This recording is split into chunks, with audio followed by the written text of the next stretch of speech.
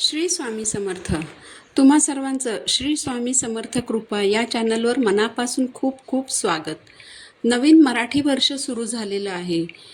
या नवीन वर्षातील पहिलीच एकादशी ही शुक्रवार दिनांक 19 एप्रिल रोजी आलेली आहे. तर वर्षाच्या सुरुवातीला येणाऱ्या या एकादशीला कामदा एकादशी असं म्हटलं जातं. कामदा एकादशीचं व्रत केल्यास व्यक्तीला 100 यज्ञ केल्याचं पुण्य मिळतं. या दिवशी व्रत उपासना केल्याने मनोकामना पूर्ण होतात. म्हणून या एकादशीला कामदा एकादशी असं म्हणतात. या एकादशीला फलदा एकादशी असंही म्हणतात. हजारो वर्षांच्या तपस्या, सोन्या मोत्याचे दान, सौभाग्यांच्या वस्तूंचे दान यापेक्षाही कामदा एकादशीचं व्रत हे अधिक फलदायी असल्याचं वेद आणि पुराणात सांगितलेलं आहे. या एकादशीला भगवान विष्णू आणि माता लक्ष्मी यांची विधिवत पूजा केल्यास जीवनातील सर्व दुःख आणि संकटांपासून मुक्ती मिळवता येते. याबरोबरच सुख, शांती, समृद्धी आणि वैभव प्राप्त होते. आर्थिक अडचण ही तुमच्यापासून माझ्यापर्यंत सर्वांनाच असते. आपली आर्थिक अडचण दूर व्हावी यासाठी उद्याच्या एकादशीच्या दिवशी आपल्याला एक उपाय करायचा आहे. तर हा कोणता उपाय आपल्याला करायचा आहे हे जाणून घेण्यापूर्वी तुम्ही माझ्या चॅनलला सबस्क्राईब केलेलं नसेल तर माझ्या चॅनलला सबस्क्राईब जरूर करा. पैसा हा माझ्यापासून तुमच्यापर्यंत प्रत्येकालाच हवा असतो. तर आपली आर्थिक अडचण सुटावी, पैशाची चणचण दूर व्हावी, आपले पैसे कुठे अडकले असतील तर ते पैसे परत मिळावेत, उधार दिलेले पैसे परत मिळावेत आणि आपल्या घरात पैसा येण्याचे जे मार्ग आहेत ते चारही बाजूने खुले व्हावेत आणि चहूबाजूने पैसा घरात यावा. तर यासाठी उद्याच्या कामदा एकादशीला आपल्याला एक उपाय करायचा आहे. तसं तर प्रत्येक दिवसाचे, प्रत्येक तिथीचे स्वतंत्र असे महत्त्व असते. ठराविक तिथींना जर हे उपाय आपण केले तर ते उपाय जास्त लवकर फलदायी ठरत असतात. यामुळे आपल्या आर्थिक अडचणीतून बाहेर पडण्यासाठी या कामदा एकादशीच्या दिवशी आपल्याला संध्याकाळी एक दिवा लावायचा आहे. दिवे लागणीच्या वेळेस म्हणजेच तिन्ही सांजेला आपल्याला हा दिवा लावायचा आहे. आपल्या हिंदू धर्मात दिव्याला अनन्यसाधारण असं महत्त्व आहे. दिवा हा शब्द 2च अक्षरांचा आहे.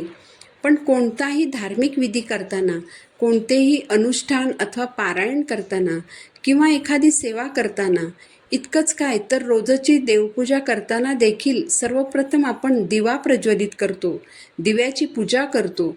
दिवा आपल्याला अंधाराकडून प्रकाशाकडे घेऊन जातो. इतकं या दिव्याचं महत्त्व आहे.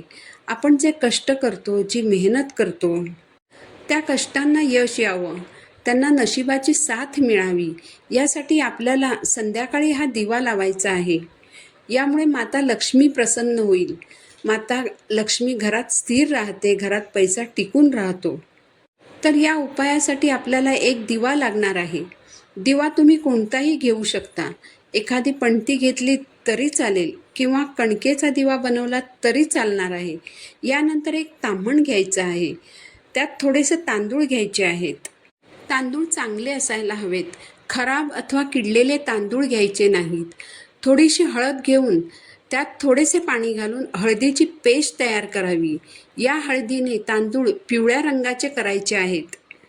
या पिवळ्या रंगाच्या तांदळाने ताम्हणामध्ये एक स्वस्तिक चिन्ह बनवायचं आहे.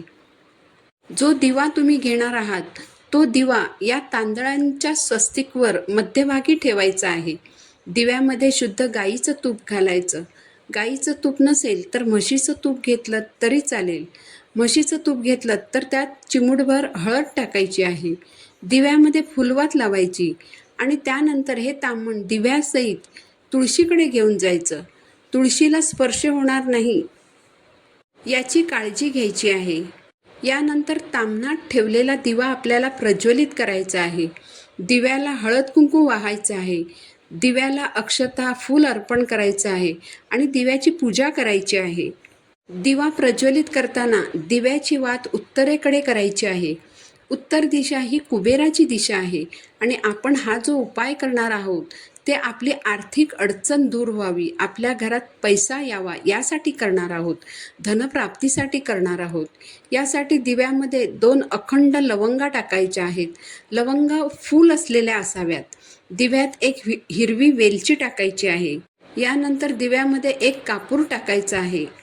या वस्तू दिव्यामध्ये टाकल्यामुळे लक्ष्मी माता प्रसन्न होते. यानंतर भगवान विष्णू आणि माता लक्ष्मी यांना आपली आर्थिक अडचण सांगायची आहे आणि ओम नमो भगवते वासुदेवाय नमः या मंत्राचा 11 वेळा जप करायचा आहे. यानंतर पुन्हा भगवान विष्णू आणि माता लक्ष्मी यांना आपली आर्थिक अडचण सांगायची आणि आर्थिक अडचणीतून बाहेर काढण्यासाठी प्रार्थना करायची आहे.